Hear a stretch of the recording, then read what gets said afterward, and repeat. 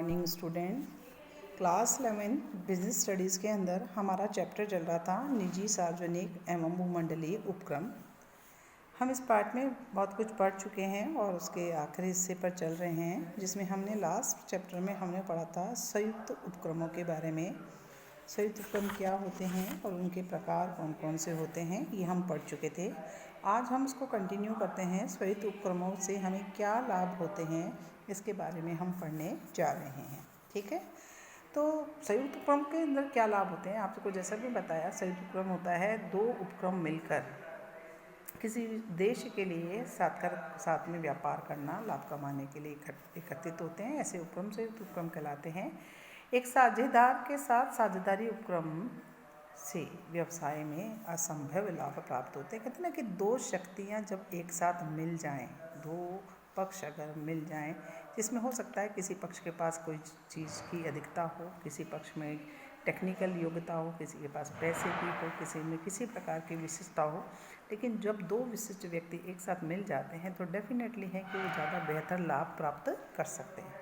तो एक पक्ष के पास वृद्धि और नवीन विचारों की योग्यता हो सकती है, या फिर संयुक्त क्रम में उसे लाभ हो सकता है क्योंकि उसकी क्षमता, संसाधन, तकनीकत विशेषता में भी वृद्धि होती है। तो क्या क्या लाभ होते हैं, सबसे पहला पढ़ने जा रहे हैं। संसाधन और क्षमता में वृद्धि होती है। कहते हैं कि किसी दूसरे से हाथ मिलाने से, अर्थात एक दूसरे से जुड़ जाने से उपलब्ध संसाधनों और क्षमता में वृद्धि होती है। कहते हैं एक और एक 11 होते हैं। ठीक है, एग्जैक्टली वही चीज़ यहाँ पे है संयुक्त उपक्रम के अंदर कि दो उपक्रम जो पहले से ही व्यापार में रहते हैं और जब वो दोनों जने मिल जाते हैं तो उनके संसाधनों में, उनके कार्य करने की क्षमता में वृद्धि होती है, जिससे संयुक्त उपक्रम क्या होता है, पूंजी भी अधिक तेज़ी से बढ़ाता है और विस्तृत होता है। यानी संसाधन बढ़ेंगे, क्षमता बढ़ेगी तो पैमाना कार्य का बढ़ेगा और नई से नई चुनौतियों, नए से नए अवसरों का लाभ उठाने में भी वह अधिक क्षमतावान हो सकेंगे, जिसका फ़ायदा भी उसे मिलता है। दूसरा फ़ायदा होता है नए बाजार और वितरण मंत्र का लाभ। आप सभी जानते हैं कि एक व्यवसायी किसी दूसरे देश की व्यावसायिक इकाई के साथ संयुक्त उपक्रम बनाती है तो उसका कुछ ना कुछ उद्देश्य होता है। कि उद्देश्य क्या है कि वे चाहते हैं कि हम एक बड़े बाजार क्षेत्र के अंदर अपने उत्पाद और सेवाओं को उपलब्ध कराएं। जैसे कि यहाँ उदाहरण दे रखा है कि कोई भी विदेशी कंपनी भारत की कंपनी से क्यों मिलना चाहती है, क्यों नया उपक्रम स्थापित करती है, संयुक्त उपक्रम स्थापित, क्योंकि उसे दिखता है कि भारत एक विशाल जनसंख्या वाला राष्ट्र है और वहाँ पर व्यवसाय की विशाल संभावनाएं हैं, क्योंकि उपभोक्ताओं के रूप में मानव वहाँ पर बहुत ज़्यादा है, इसलिए वह अधिक उत्पादों की बिक्री करके लाभ कमा सकता है। तो आपको यदि अपने बाजार को बढ़ाना है और आपके पास मार्केटिंग के विशेष मंत्र हैं, तो ये सब लाभ भी आपको इसमें मिल जाते हैं। नई तकनीकों का लाभ प्राप्त होता है। संयुक्त उपक्रम बनाने से एक महत्वपूर्ण कारण है कि तकनीकी कारण क्या है कि आज हर उत्पाद उन्नत तकनीक का शेष गुणवत्ता वाले वस्तुओं को बनाना चाहता है, क्योंकि उसी की बाजार में डिमांड भी होती है। तो जो व्यक्ति टेक्निकल रूप से पिछड़े हुए हैं, दूसरे व्यक्ति के पास टेक्निकल योग्यता है, तो आप उन जो नवीन से नवीन तकनीक है जिसे आप संसाधनों के माध्यम से खरीद सकते हैं, या उस दूसरे व्यक्ति विशेष के पास वो टेक्निकल है, तो दोनों मिलकर नई तकनीकों का लाभ भी प्राप्त कर सकते हैं। परिणाम स्वरूप क्या होगा कि नई टेक्निक से वस्तु सेवा का उत्पादन करेंगे तो एक तो चीज़ गुणवत्ता वाली तो बनेगी ही बनेगी, साथ में क्या होगा, पैमाना बड़ा हो जाएगा और लागतें भी क्या आ जाएगी, कमी होगी। कार्य क्षमता और प्रभावशीलता दोनों प्राप्त होगी, जिससे लागतों में भी कमी आए। अगला पॉइंट जो है वो है आपका नवीनता। आज बाजार में नई और कुछ वस्तुओं की मांग होती है। संयुक्त उपक्रम के कारण बाजार में नई नई और रचनात्मक वस्तुएं आ पाती है, क्योंकि आपको पता है कि एक देश से दूसरे देश जब मिलते हैं तो नए बाजार मिलते हैं, नई नई जानकारियाँ मिलती है, नए नए उपभोक्ताओं की जो डिमांड होती है उसके बारे में पता पड़ता है। और एक व्यक्ति अकेला उस साहस से उस डिमांड को पूरी नहीं कर सकता, जहाँ दो व्यक्ति नए नए विचार, नई नई तकनीकों को अपनाकर एक दूसरे के साझेदार बन जाते हैं और नवीनता के साथ वस्तुएं समाज को समर्पित करते हैं, जिससे उनका तो लाभ होता ही है, साथ ही साथ समाज को भी लाभान्वित करते हैं। उत्पादन लागत में कमी नेक्स्ट पॉइंट आता है। जब कोई भी अंतर्राष्ट्रीय निगम भारत में पूंजी निवेश करता है तो उन्हें उत्पादन की कम लागत का भरपूर लाभ मिलता है। कैसे मिलता है, आप जानते हैं, भारत एक विशाल राष्ट्र है ठीक है। यहाँ पर बहुत सारी चीज़ें हैं, जैसे कच्चा माल है, श्रम की लागत हमारे यहाँ बहुत कम है, टेक्निकल योग्यता, चार्टेड अकाउंटेंट, वकील, इंजीनियर, एक अद्भुत मानव शक्ति के रूप में मानव संसाधन में विशाल भंडार भारत रखा हुआ है। तो ऐसी स्थिति के अंदर जो विदेशों के अंदर ये चीज़ें बहुत महंगी है, भारत में अब कंपैरेटिवली जनसंख्या ज़्यादा होने से संसाधन बहुत सस्ती मात्रा में मिल जाते हैं। तो ऐसी विशिष्ट आवश्यकताओं के लिए श्रेष्ठ गुणवत्ता वाली वस्तुएं यानी संसाधन यहाँ उपलब्ध हो जाते हैं। और यही कारण है कि लागतों में क्या आती है, उत्पादन की लागतों में बहुत कमी आती है और हम आराम से प्रतिस्पर्धा का सामना भी कर पाते हैं। अगला पॉइंट है एक स्थापित ब्रांड का नाम।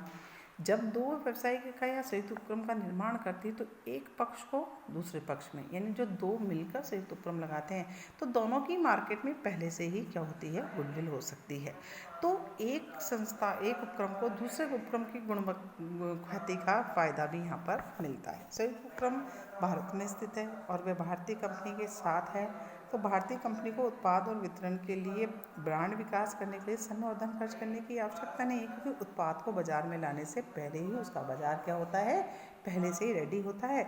इससे क्या होता है कि जो हमें एक्स्ट्रा लागतें लगाकर अपने आप को बाजार के अंदर एक ब्रांड इमेज बनाने के अंदर जो प्रयास करने पड़ते हैं, समय लगाना पड़ता है, पैसा लगाना पड़ता है, वो नहीं लगाना पड़ता। स्थापित ब्रांड का क्या मिल जाता है, गुडविल का लाभ भी आपको मिल जाता है। तो ये लाभ होते हैं हमारे संयुक्त उपक्रम के।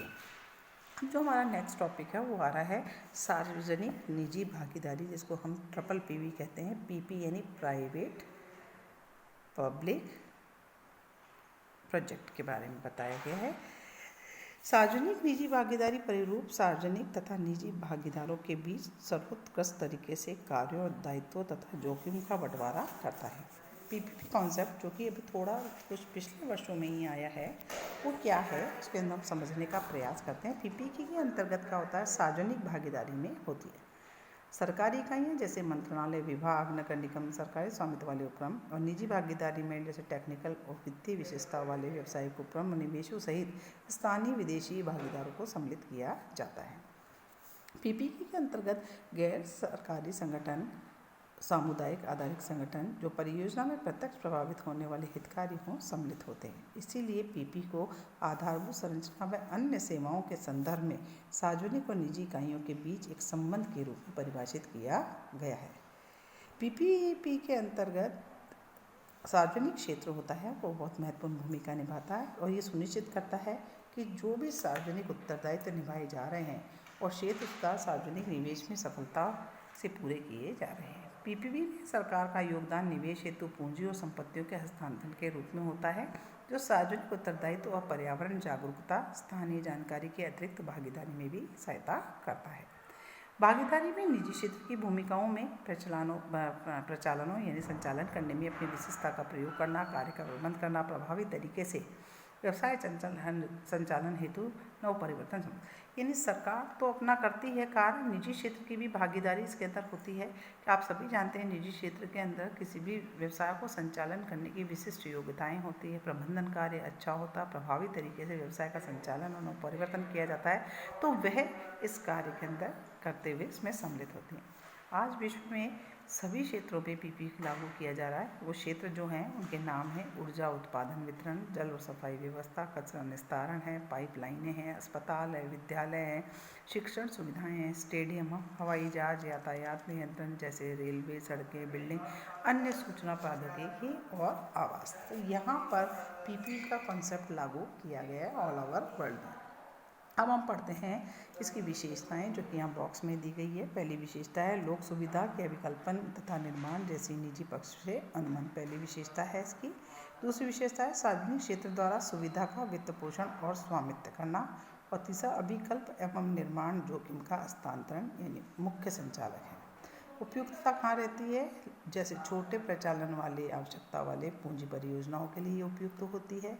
उन परियोजनाओं हेतु उपयुक्त होती हैं जहाँ सार्वजनिक क्षेत्र प्रचालन उत्तरदायित्व अपने पास रखना चाहता है, यानी सार्वजनिक क्षेत्र के अंदर उसको संचालित करने का उत्तरदायित्व जब अपने पास रखना का उद्देश्य हो, ऐसी पूंजी परियोजनाओं के लिए उपयुक्त रहती है। इसका सबसे बड़ा फायदा है कि अभिकल्प एवं निर्माण जोखिम का क्या होता है, यहाँ हस्तांतरण होता है, दो जनों में बढ़ जाती है।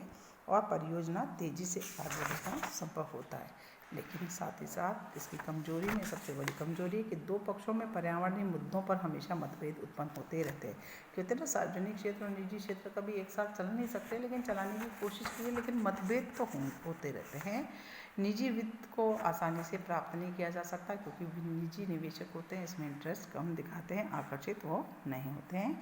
इसके एग्जाम्पल हैं जो आज अभी हमारे पीपीपी कॉन्सेप्ट में हमारे परियोजनाएं चलाई गई हैं, उसमें आता है कुंडली मानेसर एक्सप्रेस वे है लिमिटेड, जो 135 किलोमीटर इस एक्सप्रेस वे पर सरकार द्वारा भूमि उपलब्ध कराई गई है, और जो हमारी प्राइवेट सेक्टर की जो यूनिट हैं यानी कंपनी है वो उस पर सड़कें बिछाने का कार्य कर रही है। तो इस प्रकार बच्चों आपका ये चैप्टर आज कंप्लीट हुआ है। आप सभी इससे संबंधित जो प्रश्न इस पर बनते हैं, आप सभी समझदार हैं। आपको प्रश्नों के उत्तर मुझे देकर होमवर्क कॉपी में दिखाने हैं। नोट्स आप रेडी करिए बच्चे, आप लोगों को नोट्स तैयार करने होंगे पढ़ने के लिए। जैसे आपको आज प्रश्न का उत्तर देना है मुझे, भूमंडलीय उपक्रम अन्य व्यवसाय संगठन से श्रेष्ठ क्यों माना जाता है। दूसरा प्रश्न है, संयुक्त उपक्रम और सार्वजनिक निजी भागीदारी के प्रवेश में के क्या लाभ होते हैं। दोनों के बारे के जो लाभ हैं वो मुझे बताना है, ठीक है।